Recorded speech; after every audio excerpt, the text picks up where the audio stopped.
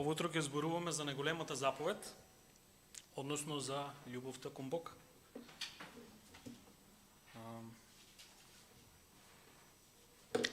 Светот сака да слуша за љубовта. Таа е омилена тема.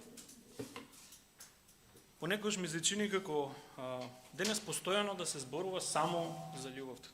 Љубовта, љубов, како да е веќе излитана тема, како да е веќе исцрпена и како веќе да нема што да се научи на таа тема. И литературата, музиката, филмовите сите зборуваат за тоа. Тоа е нивна главна тема. Ми се чини понекогаш како и проповедниците да претераат со таа тема. Можеби затоа што е мека, никого не навредува. И никош нема да бидеш прогонуван ако на сите им зборуваш само за љубовта. На кој тоа му смета? Други теми нема ли? За правдата, за судот, за Божиот гнев, и тие се легитимни теми. И се согласувам дека ние не смееме да се сообразиме со светот и светот да ни диктира што ние треба да проповедаме. Но исто така не смееме да отидеме ниту во другата крајност и да ја исфрлиме целосно темата. И ние како луѓе имаме таа тенденција, кога ќе забележиме дека нешто е погрешно, да отидеме скроз во другата крајност за да се дистанцираме од тоа што е погрешно. Се претерало со нешто, со некоја тема, па ќе ја исфрлиме за да компензираме за загубата на другите аспекти. И вие што подобро мене ме познавате, знаете дека јас немам некој особен интерес за меѓуденоминацијски прашања. Не се занимавам толку со тие нешта, не ме толку загрижуваат, особено не за прашања што не го засегаат спасението, не ја засегаат зрелоста на верникот, ниту се јасно заповедани. Мене лично повеќе ме загрижува тоа што е јасно заповедано, тоа што е јасно кажано. Како заповеди како оваа, и јас имам проблем со тоа што го знам. Бидејќи не успевам да го исполнам ни тоа што го знам. Тоа што го разбирам, тоа што е јасно откриено. Нештата за кои немам никаква дилема. И за тие нешта кои што јасно ги разбираме, кои што се јасно заповедани, имаме најголема одговорност пред Бог. Тоа се тие нешта: љубов кон Бог, кон ближниот, кон Евангелието, кон крстот, благодата, молитвата, суштината на верата. И ние денес ќе се фокусираме на оно што е заповедано и јасно откриено во писмото. Дали некој сте се запрашале кој е најголемиот грев? Дали може да се каже дека најголемиот грев е всушност кршење на најголемата заповед? А најголемата заповед е: љуби го Бог со цело срце, душа и сила, и љуби го ближниот како себе си. И прашање до нас: го љубиме ли Бог со цело срце, душа и сила, и ближниот како себе си? Јас не успевам да исполнам оваа заповед. Ниту го љубам Бог со цело срце, душа и сила, ниту ближниот како себе си. Ние самите се љубиме како себе си. Но исто и ти никогаш не си го љубил ни Бог, ни ближниот на таков начин како што е овде заповедано. Сите ја кршиме најголемата заповед и сме виновни за најголемиот грев. За да исполниш оваа заповед, значи да го исполниш целиот закон, бидејќи целиот закон е сумиран во овие две заповеди. И само еден успеал да ја исполни оваа заповед. Само еден го љуби Бог со цело срце, душа и сила, и само еден го љуби ближниот како себе си: Исус Христос, и никој друг.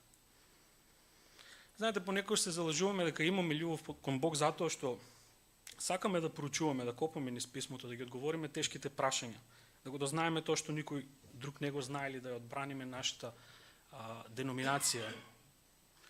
И на крај сваќаме дека многу често мотивица за сето тоа ни се љубов за препирка или љубов за ние сами да се докажуваме, да се самопотврдиме, суета.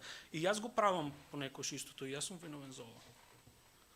Сите ја носиме таа грешна природа. Не сум против длабоко проучување, мора да се проучува. Но проучување не значи секојаш љубов кон Бог. И фарисеите и садукеите всушност проучувале многу длабоко, копале низ писмото. И ископале дупка, јама во која што самите пропаднале и повлекле други со нив. Така што важно е што проучуваме, што бараме. и што е предмет на нашиот интерес. Дали го бараме Бог кога проучуваме или се бараме себе си.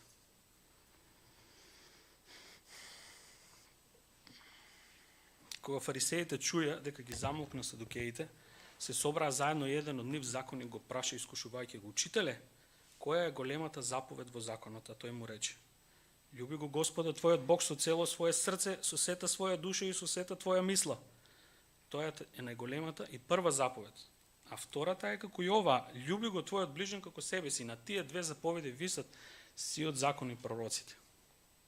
И начинот на кој што е пишувано Евангелието по Матеј укажува на тоа дека било наменето за еврејскиот читател да покаже дека Исус е долго очекуваниот Месија, предскажен во писмата. И важно е да знаеме за кого е наменето, за да можеме да го разбереме текстот во правилен контекст.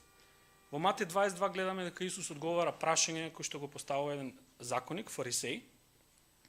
И целиот контекст е овде стапица. Гледајќи го целиот контекст, гледаме дека фарисеите и садукеите имаат една цел, да му постават стапица и да го фатат Исус за збор.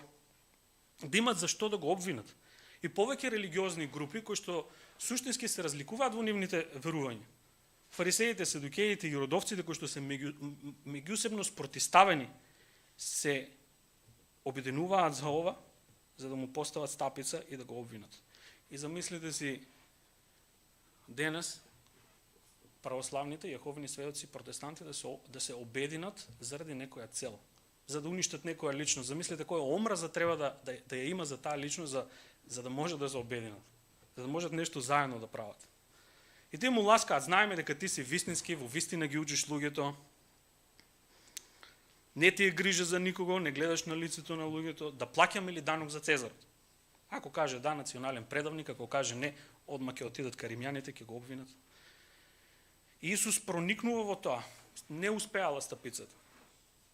Тоа им било главното оружје што го спремале против него, и откако не успеале, атмосферата почнува да се стивнува и се насочува кон теолошка дискусија, во која прво садукеите, кои што били рационалисти, со нивната илустрација за жената која што имала 7 мажи, пробале да го оспорат воскресението, а потоа по нив настапува фарисеот книжник. И двете групи го предизвикуваат и го испитуваат со теолошки прашања, но тој им дава соодветен одговор, па тој ги спрашува нив за Месијата, односно за син Давидов, Месијата како син Давидов. Тие не знаеа што да одговорат. И Матеј на крај ќе каже, веќе не се осмелија да го прашаат ништо, се помирија. Во Марко 12 пишува за истата случка. На крај книжникот, кога го читаме Марко 12, можеме да видиме дека на крај книжникот како да има разбирање дека никој не успеал да го исполни законот. Кога вели: љубовта кон Бог и ближниот е повеќе од сите прилози и жртви, а Исус му одговара: не си далеко од Божјото царство. Тој разбрал дека законот не може да го исполни. Прашањето на книжникот овде како да е потикнато повеќе од искрено љубопитство. И кога фарисеите чуја дека ги замолкна садукеите, се собраа сите заедно, еден од нив законник го праша искушувајќи го. Знаете, кога ние зборуваме за искушение, многу често мислиме на одреден греф кој не привлекува да го направиме. Како некој внатрешен порив што треба да го исконтролираш. Во искушение сум да јадам благо, или во искушение сум да гледам порнографија, или да опцујам. Но тука не се работи за такво нешто. Туку за тестирање, проверка, љубопитност, да видиме што ќе одговори. И за зборот искушение овде е употребен зборот пеиразон, и тоа е истиот збор кој што се употребува во Јован 6:6, кога Исус го искушува Филип за да види како Филип ќе одговори, кога го прашува: од каде ќе најдеме толку леп? Текстот вели тоа го рече за да го искуша, пеиразон, зашто самиот знаеше што ќе направи. Со други зборови, за да го провери, да го тестира, да види што Филип ќе одговори. Еден наш гостин, кој што проповедаше тука од Америка, во еден момент мене ме праша, да кажам, ми искушуваше, ми спрашуваше за тоа кои се моите скатолошки размислувања. И прашањето во суштина е: сега ти наш ли си? Не си наш, во која шема ти припаѓаш? Тоа беше суштината. Колку длабоко навлегуваш во овие прашања. Тоа е контекстот. Тоа е контекстот овде. Фарисеот забележал дека Исус одговорил добро, на прашањата на садукеите, па сакал да види како Исус ќе одговори на нивните прашања. И ова прашање било предмет на дебати. Дебатирале меѓу себе за тоа која е најголемата заповед. И тоа е многу природно, кога имаш еден систем на закони, многу природно е да се постави прашањето која е најголемата заповед. Така е со секој правен систем. Во Америка сметаат дека најголем амандман е првиот со кој што се уредува слободата на говорот и од него потекнуваат сите други.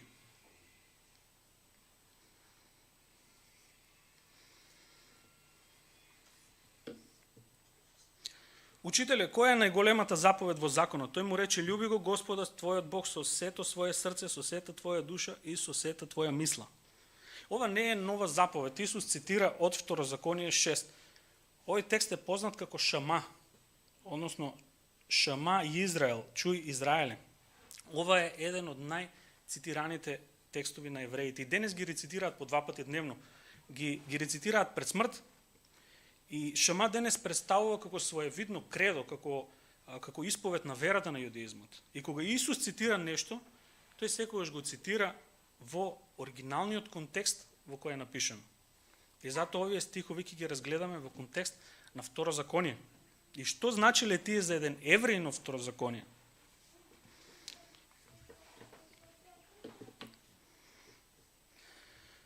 Чуј Израелу, Господ е наш Бог, Господ е еден, затоа љуби го Господа својот Бог со сето свое срце, со сета своја душа, со сета своја сила. Овие зборови што денес ти ги заповедам, нека ти се врежат во срцето, напомнува им ги на своите синови. Зборува им за нив кога седиш дома во својата куќа, кога одиш патем, кога легнуваш, кога стануваш, врзи ги на својата рака за знак, нека ти бидат како запис меѓу очите, напиши ги на довратниците на својата куќа и на своите врати. И ова се зборови на Мојсе кон новата генерација која што треба да влезе во ветената земја. Откако тие ќе влезат, ќе го напуштат Јахве и ќе се асимилираат со околните народи. Ќе прифатат паганство. И ова е предупредување за да не ја направат таа грешка, за да може да го искусат Божиот благослов во ветената земја. Треба да научат да го сакаат Јахве како единствен Бог. Да ги отфрлат боговите на околните народи и да бидат верни само на Јахве. Чуј Израелу, Господ е наш Бог, Господ е еден. Шама чуј не значи да чуеш звук само во аудитивна смисла. Тоа не е пасивно слушање, туку да дозволиш зборовите да влезат во тебе и да покренат акција. Чуј внимателно и постапи. Кога Натан, кога скока по кревотот, јас му викам: абе симни се, ме слушаш ли? Тој ме слуша добро, ама нема да се симне. Шама е чуј и постапи. Господ е наш Бог, Господ е еден. Пред некој ден, додека седе во парк, ми дојдат тројца Јеховини сведоци и ме малтретираа за тројството. Сега, како може Бог да е во 3 лица? Овде пишува дека е еден, ти ни кажеш дека е во 3 лица. Тоа е таа вечна дискусија. Од каде се тројство?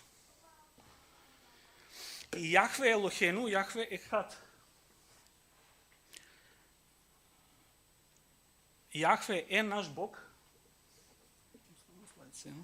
Јахве е наш Бог, Јахве е еден. И постои античка дебата за преводот на ова значење. Е глаголската форма, ова што е во заграда, во сегашно време, глаголската форма во сегашно време во хебрејскиот ја нема. Значи, би требало да биде Јахве наш Бог, Јахве е еден. Но дали овој текст има за цел да ни каже дека Господ не е тројство? Дали воопшто се занимава со тоа прашање?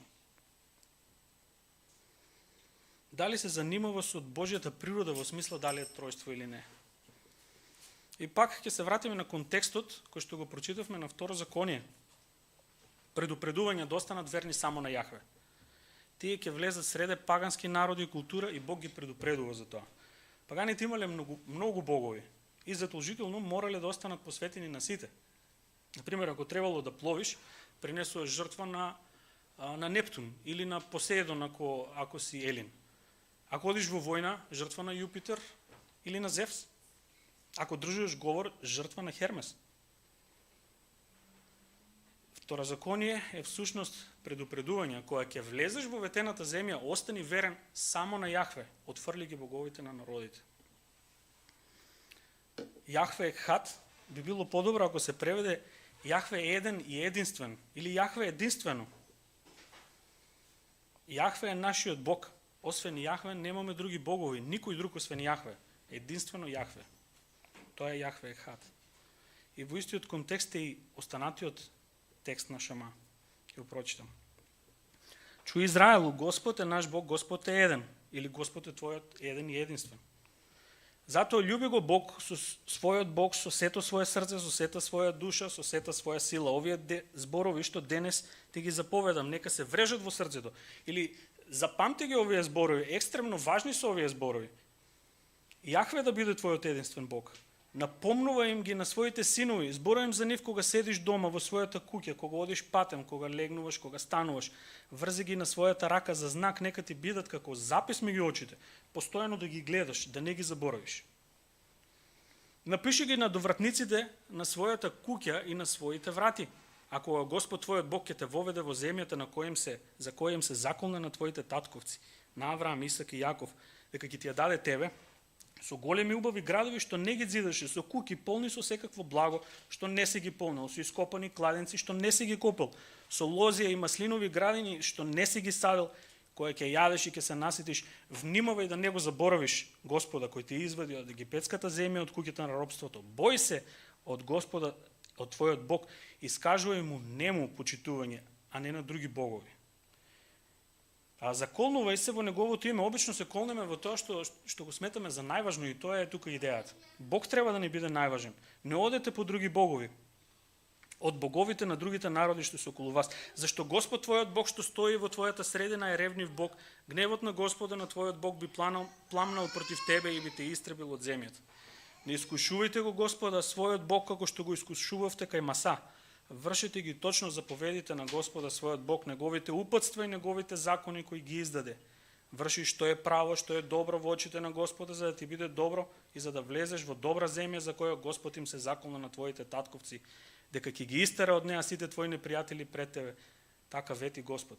И ако треба да го сумираме целиот овој текст во една реченица би било: Јахве е твојот единствен Бог, остани верен само на Јахве, немај други богови освен Јахве.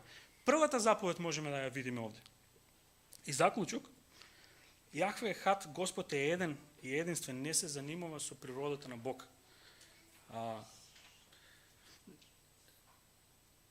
Не се занимава со тројството.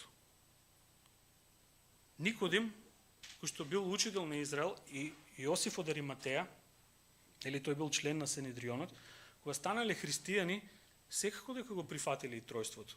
И тие немале проблем со овој стих, затоа што разбирале дека овој стих не зборува за Божјата природа. Затоа љуби го Господа својот Бог. Светот денес ја дефинира љубовта само како емоција, како некој силен внатрешен порив, возбуда кон некој или кон нешто. И така научивме од филмовите и песните дека љубовта е некое силно чувство, еуфорија, емоција, пеперутки во стомак. Но ахавах, тоа е зборот за љубов, не е топло емоционално чувство, туку посветеност, лојалност и верност. Повторам ово уште еднаш, ахавах не се работи само за емоционално чувство, туку посветеност, лојалност и верност. За антички Израел, ахавах, љубов, не значи заветен однос кон некого, верност, лојалност, посветеност, брачен завет. Не се работи само за емоција. И античките евреи не били под влијание на Холивуд, за да имаат погрешно разбирање за ова. Добро знаеле дека љубовта е одлука. Бог го возлюбил Јаков, а Исав го отфрлил. Божја одлука. И некои модерни критичари го представуваат Александар Велики како хомосексуалец, затоа што многу го сакал Хефестион, плачел по него кога починал. Хефестион му бил еден од најверните генерали, заедно со него пораснал, му бил другар од детство. А исто и за Давид пишуваат дека бил хомосексуалец, бидејќи силно го љубил Јонатан. И вели: твојата љубов ми е почудесна од женската љубов. Но тоа е кога антички текстови се толкуваат низ призмата на современото разбирање за љубовта и се работи за верност, за лојалност, а не за романтика. Исус им вели на учениците: ако ме љубите, ќе ги пазите моите заповеди. Ја гледате овде верноста и лојалноста, послушност. Кон што си лојален и верен ти?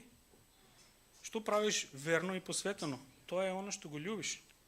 Дали сме лојални кон Словото, кон објавената Божја волја? Дали сме лојални во извршувањето на Словото?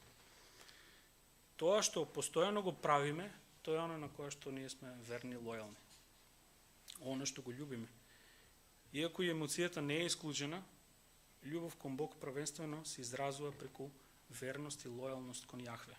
Јахве е ехад. Јахве е единствено и никој друг. Нели некој ќе каже, ама во Откровение Исус ја укорува црквата затоа што ја напуштиле првата љубов.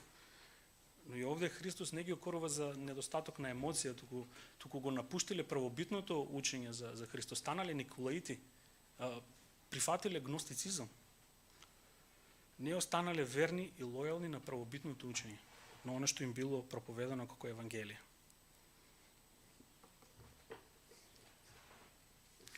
Затоа љуби го Господа, својот Бог со сето свое срце, со сета своја душа, со сета своја сила. Денес кога ќе се каже срце, кажавме, често се мисли на емоциите. И проблемот е што символиката не функционирала така во античко време. Срцето било седиште на личноста, на се што си ти, контролниот центар на личноста. А пак емоциите биле во утробата, во цревата, останатите внатрешности. И можеме да видиме нели како во Стариот Завет луѓето се љубат со бубрезите. Те љубам со сите мои бубрези, со двата. Забитите се како истригани овци. Нозите ти се како мермерни столбови, полкави. Но тоа е јазикот на писмото во тоа време. Има различно значење, имаме различна символика. Ние сме создадени како битија со емоции и чувства. Тие се подарок од Бог. Самиот Бог има емоции. И ние сме создадени според Негов образ. Емоциите се како коњи, ако им дадеш правец, ако ги зауздаш, тие се многу корисни. Но ако ги пуштиш да дивеат, ќе направат огромни штети. Јас се обидов да најдам дефиниција за емоциите, но немаше некоја усогласена дефиниција, немаше некоја општа согласност што всушност се тие. Некој велат дека се физичка и ментална состојба или силен хемиски стимулант кој што треба да те покрене, да те потикне на некаква акција. Прави нешто за оваа личност, посвети се на неа. Че емоциите може да бидат дополнителен буст и сила за посветеност. И кога имаш радост и ревност во нешто што го правиш, тоа уште толку ќе те засили. Емоциите се како удолници. Кога возиш со велосипед, едноставно ги користиш во своја полза, се засилуваш. Но има моменти кога емоциите и радоста може да ја снема. И мораш да продолжиш во истата насока без разлика што сега е потешко. И пак продолжуваш по истиот пат што си го одбрал, не ја менуваш дестинацијата, не го менуваш патот.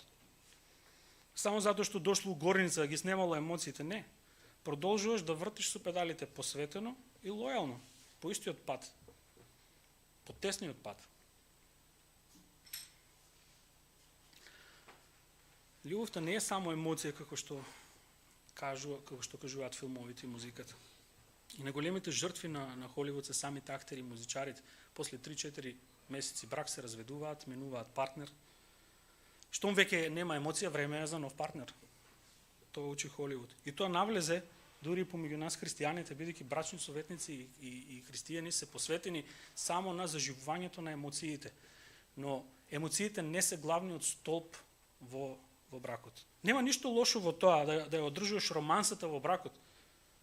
Но пеперутките, емоциите не се темелот на бракот, туку заветната љубов, лојалноста и посветеноста кон брачниот другар, ахавах. И понекогаш луѓето сакаат да се представуваат совршени пред другите, нивниот живот е најубав.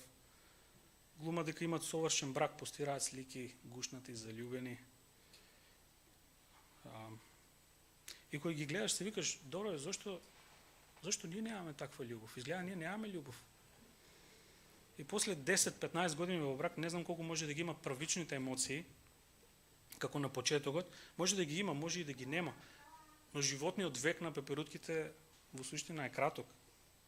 Она што останува после нив е показател дали имало вистинска љубов или не. Дали останало лојалност, верност, посветеност кон партнерот. Завет. Зошто го кажувам ова? Понекогаш ќе слушнам од браќата како со носталгија зборуваат за нивната прва љубов кон Бог. И секогаш кога мислат на секогаш тие мислат на таа првична емоција, возбуда, еуфорија која што ја имале на почетокот, а сега ја немаат. И понекогаш се дури загрижени дали се вистински христијани, затоа што веќе не ја чувствуваат истата емоција и заклучуваат дека немаат љубов за Бог. Живеат потиштено во страв како да отпаднале, иако се верни на Бог. И се обидуваат да ја заживеат таа иста емоција, силна, бидејќи тој им дава чувство на сигурност дека се спасени и го бараат назад тоа емоционално доживување, како потврда дека се на Божиот пат и дека го љубат Бог.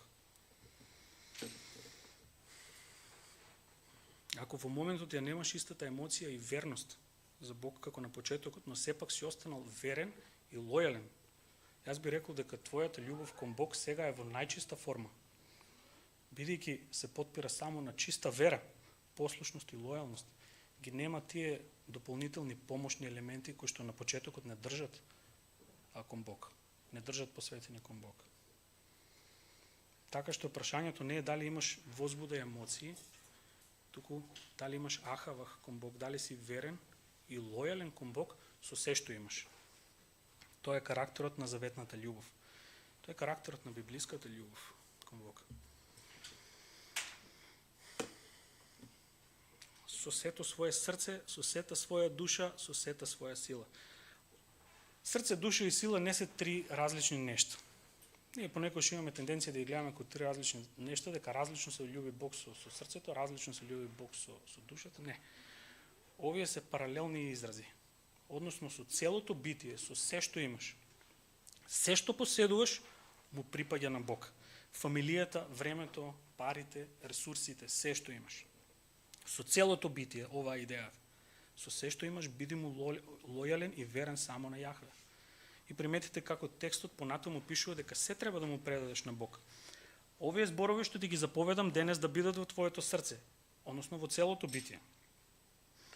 Пренесувам ги на децата своји, кога зборуваш за нив, кога седиш дома, кога си на пат, кога легнуваш, кога стануваш, врзи ги на раката своја, како знак, нека ти бидат како ознака на очите твои. Напишете ги на надвратникот на вашите куќи и на вашите градски порти.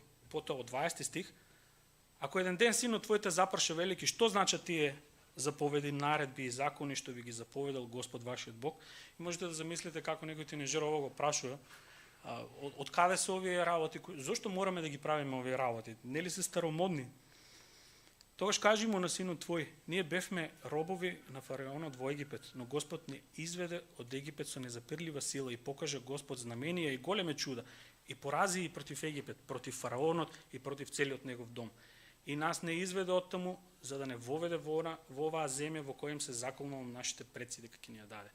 Дали гледате богоцентричноста која што го зафаќа целиот живот, сите аспекти, вклучувајќи и воспитувањето на идната генерација. Се што правиш, каде и да одиш, што и да работиш, воспитувањето на децата, тоа е срце, душа и сила. Секој аспект, секоја област од нашиот живот, се. Прашање, кои се нашите приоритети, што правиме со нашето време, што правиме со нашите финансии, на што најмногу размислуваме, што ни го окупира умот, на што ги учиме децата, што е тоа што го посакуваме за нашите деца. Што е оно што вистински го љубиме со цело срце, душа и сила? Погледнете го внимателно 8 стих уште еднаш, врзи ги на својата рака како знак и нека ти бидат ознака над очите твои. Дали ви е познато ова од некаде, од Нов Завет? Нешто имам слично во Откровение. Во Откровение гледаме дека оние кои што ќе бидат во Исусовото присуство, ќе го гледаат Божјото лице и на нивните чела, над очите, е запишено Исусовото име. Што значи тоа? Тие се верни и лојални кон Исус. Го прават тоа што Исус го заповеда. Тие се негови слуги. И како контраст на тоа, има уште една категорија на луѓе, изгубените, кои што така имаат знак на раката и на челото. Тие се верни на ѓаволот. Го прават тоа што ѓаволот го сака. Беззаконие. И затоа јас лично верувам дека знакот на зверот е начин на живот, филозофија, уверувања, постапки, односно лојалност кон ѓаволот наместо лојалност кон Бог. Лојалност кон ѓаволот и кон тоа што ѓаволот го сака. Тоа се мои лични уверувања, ова не значи дека е така. Но има голема смисла ако ги споредиме овие стихови со овие од Второзаконие.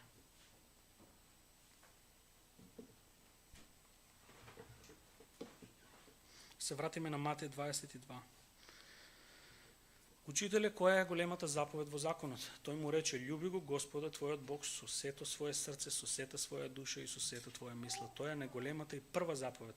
А втората е слична како и оваа: љуби го твојот ближен како себе си. На тие две заповеди висат сиот закон и пророците. И двете заповеди кои што ги гледаме во Матеј, љубов кон Бог и љубов кон ближниот, не можеш да ги раздвоиш едно од друго без да се распаднат и двете. Тие се како две страни на една паричка.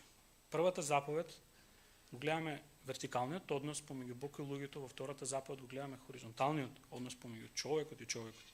И не случајно Исус ја кажува првата како најголема, бидејќи љубовта кон ближниот произлегува од правилниот однос помеѓу Бог и човекот.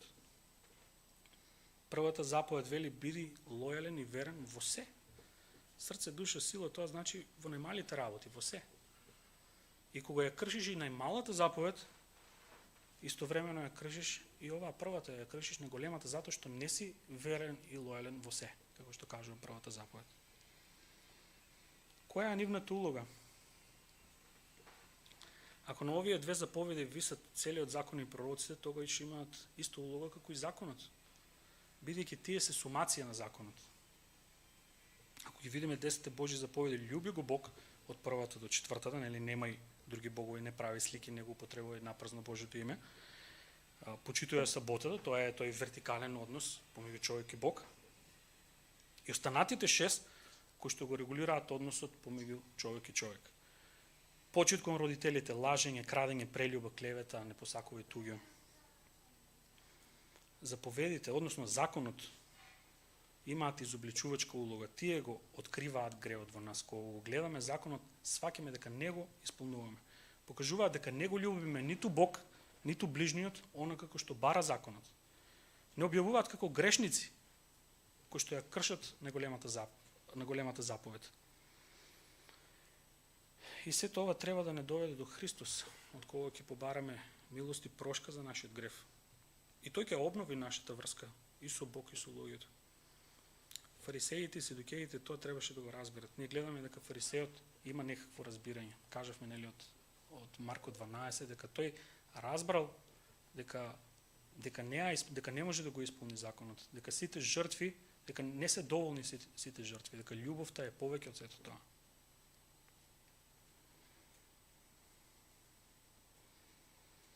Љуби го Бог со сето свое срце, душа и сила. Бидејќи и самиот Бог те љуби тебе со сето свое срце, душа и сила. Те љуби како себе си и умре за тебе. Го даде својот живот за тебе. Бог тебе те љуби на истиот начин, заветно. Бог е верен и лојален кон тебе. Ке те води, ке те чува, ке те укорува, ке те кара. Евреите 13:5: никош нема те заборавам, ниту ќе те напуштам. Евеа верноста на Бог. Павле пишува во Филипјаните: уверен сум во тоа дека оној кој го почна доброто дело во вас ќе го доврши до денот на Исуса Христа. Зошто? Поради Христос, поради неговиот завет кон тебе, за да те спаси. Тој ќе работи во тебе, посветено, ќе те менува, ќе те делка, ќе те обликува како глина и ќе се распаднеш во неговите раци и пак ќе те обликува, ќе направи нов сад. Се додека не го создаде она што тој одлучил. Се помолиме. Татко Небесен, ние разбираме дека не го исполнуваме законот, дека сме грешни, дека не можеме, Господе, да те љубиме со цело срце, душа и сила, но сакаме тоа да го правиме.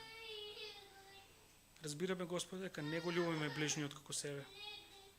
И сакаме да научиме да го љубиме ближниот како себе. Ти го даде најголемиот пример. Се молам секогаш да доаѓаме при Тебе, при крстот, да искусиме Твојата прошка и да добиеме од Тебе благодат. Да добиеме разбирање, Господе, за Твојот закон, за Твојата љубов кон нас.